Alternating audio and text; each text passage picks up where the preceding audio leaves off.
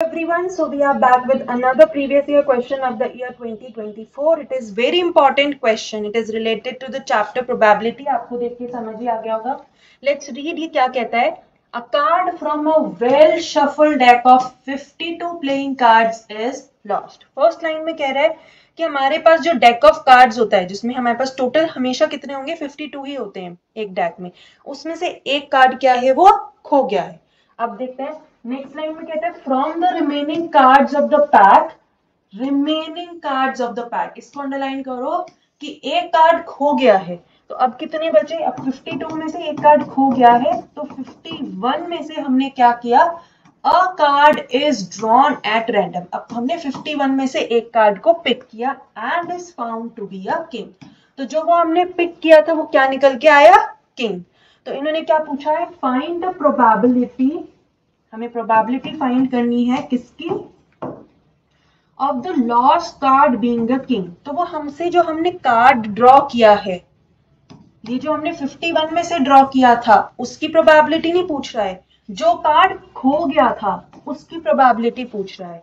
मतलब first event में हमारे पास कार्ड लॉस्ट हो गया, देन हमने एक और कार्ड पिक किया जो कि हमें मिला किंग.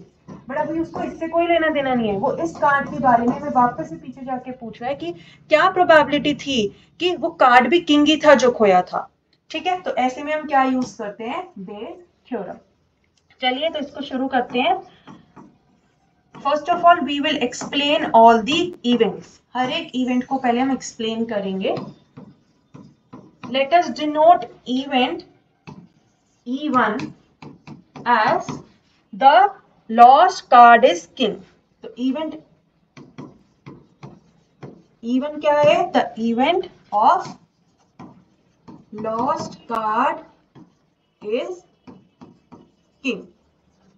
हमें ये नहीं बताया लॉस्ट कार्ड कौन सा था, वो किंग भी हो सकता है और नहीं भी. बट अब आप सोचोगे वो तो कुछ भी हो सकता है, क्वीन भी हो सकता है, जैक भी हो सकता है, 10-2. हम सिर्फ किंग पे ही फोकस क्यों करें, क्योंकि हम पहले से क्वेश्चन में पढ़ के आ चुके हैं और हमारे पास क्या हमें फोकस रखना है, किंग पे, कि हमारा जो कार्ड था वो किंग है या नहीं.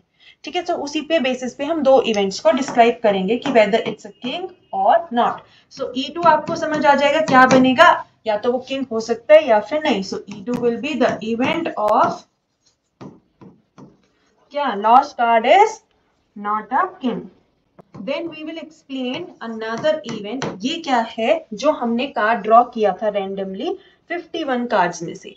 ठीक है, सो द इवेंट ऑफ, और वो क्या आया था हमारे पास, king, drawing a king from remaining 51 cards.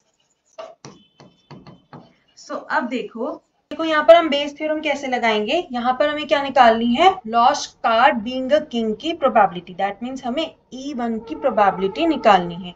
और हम एक ऑलरेडी कौन सा इवेंट परफॉर्म कर चुके हैं, हम रिमेनिंग 51 कार्ड्स में से किंग को निकाल चुके हैं. तो A ऑलरेडी अगर हो चुका है तो उस पर E1 के होने की probability. So we have to find E1 when A has already occurred.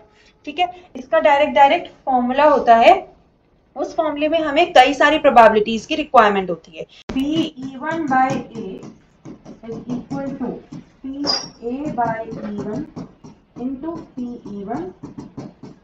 जिस इवेंट की हमें प्रोबेबिलिटी निकालनी होती है उसका हम PE1 and PA by E1 को ऊपर रखते हैं एंड बाकी दोनों जितने भी टोटल इवेंट्स होते हैं तो टोटल प्रोबेबिलिटी ऑफ A नीचे आता है. So we will write the total probability in the denominator.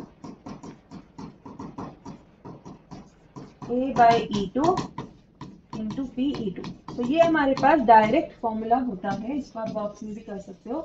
ठीक है, जिसकी भी हमें निकालनी होती है. अगर यहाँ E2 होता, E1 की जगह अगर यहाँ E2 होता तो यहाँ पर भी हम E2 रखते और यहाँ पर भी हम E2 रखते. ठीक है, सो इसके लिए हमें क्या निकालनी है, PE1 हमें पता होना चाहिए, PE2 हमें पता होना चाहिए, then PA by E1 and PA by E2.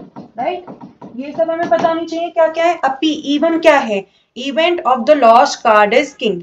अब पूरे 52 डेक कार्ड्स में से कितने हमारे पास किंग मिलते हैं? We have only 4 kings, right? तो चारों में से कोई सा भी किंग हो सकता है, और हमारे पास टोटल कितने थे? 52. If you remember, number of possible outcomes upon total number of outcomes, यही वाला फॉर्मूला लगाएंगे हम। एंड जब हम इसको डिवाइड करेंगे तो हमारे पास कितना मिल जाएगा? 1/13. अब किंग के अलावा E2 इवेंट क्या कह रहा है कि वो किंग नहीं था, बाकी कोई भी हो सकता है। तो किंग के अलावा हमारे पास कितने कार्ड्स होते हैं? 48. 52 माइनस 4 कर दो तो हमारे पास कितने बचे? 48. तो 48/52. ये हमारे पास प्रोबेबिलिटी कितनी बन गई? 12/13. हमें फाइंड करना है PA बाय इवन।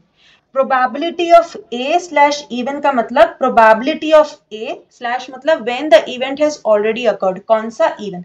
स्लैश से पहले जो इवेंट होता है उसकी हम प्रोबेबिलिटी निकालते हैं, और स्लैश के बाद जो इवेंट होता है वो ऑलरेडी अकर कर चुका होता है। सो पी ए बाई इवन को हम रीड करेंगे probability of A when even has already occurred. Even क्या था? लॉस्ट कार्ड इज किंग, मतलब जो कार्ड खोया था वो किंग था। तो इसका मतलब 51 कार्ड्स में अब हमारे पास सिर्फ 3 ही किंग बचे। और ए क्या कहता है कि किंग निकालने की प्रोबेबिलिटी क्या हुई? तो दैट मींस हमारे पास 3 ही किंग बचे, और कितने थे total? 51. So P A by E one is 3/51. अब पी ए बाई E2 का मतलब होगा प्रोबेबिलिटी ऑफ ए अगर E2 अकर हुआ हो, और E2 क्या कह रहा है? E2 says that lost card is not a king, यहाँ पर वो किंग नहीं है। तो दैट मीन्स रिमेनिंग 51 कार्ड्स में अभी भी हमारे पास कितने किंग है? 4 ही है, क्योंकि वो खोया नहीं है। तो किंग को निकालने की प्रोबेबिलिटी ए क्या कहती है? Drawing a king. तो किंग को निकालने की प्रोबेबिलिटी कितनी हुई? 4/51. आई होप इट इज क्लियर कि हमने कैसे निकाला है। बस अब इन चारों को हम इस फॉर्मूले में सब्स्टिट्यूट कर देंगे। ठीक है, तो करते हैं इस फॉर्मूले में substitute. So we get P even by A is equal to PA by even कितना है? 3/51 into P even which is 1/13. तो यहाँ पर भी 3/51 into 1/13 plus PA by E2 4/51 into now PE2 is 12/13. तो ये सॉल्व करके हमारे पास कितना बना? So 3/51 into 13. इसको मल्टीप्लाई मत करना, क्योंकि जो डेनोमिनेटर यहाँ बन रहा है वही डेनोमिनेटर हमारे पास यहाँ पे बन के आएगा। देखो ये बन गया 3/3 plus 4 into 12 is 48/51 into 13.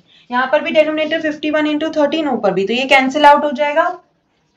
ठीक है, सो इट विल बिकम, इसको यहाँ पे लिख देते हैं 3/51, एंड 3 की टेबल में 51 कब आता है? 17 टाइम्स, व्हिच इज 1/17 आंसर। ठीक है, I hope it is clear to everyone. So ऐसे और भी क्वेश्चंस करने के लिए do subscribe my channel and hit the like button.